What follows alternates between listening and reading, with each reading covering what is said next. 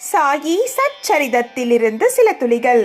ஹர்தாவிலிருந்து வந்த தத்தோபந்த் என்னும் ஒரு பக்தர் 14 ஆண்டுகளாக வயிற்று வலியால் அல்லலுற்றார். எவ்வித சிகிச்சையும் அவருக்கு எந்த பலனையும் அளிக்கவில்லை. பின்னர் பாபா தன் பார்வையாலேயே வியாதிகளை குணப்படுத்துகிறார் என்று அவருடைய புகழை கேள்விப்பட்டு ஷீரடிக்கு ஓடி வந்து பாபாவின் பாதங்களில் விழுந்தார். பாபா அவரை அன்புடன் நோக்கி ஆசீர்வாதங்களை அளித்தார்.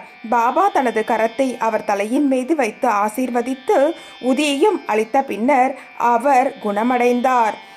அதற்கு பின் அவ்வியாதியின் எந்தவிதமான தொந்தரவும் இன்றி அந்த பக்தர் நிம்மதியாக வாழ்ந்தார்.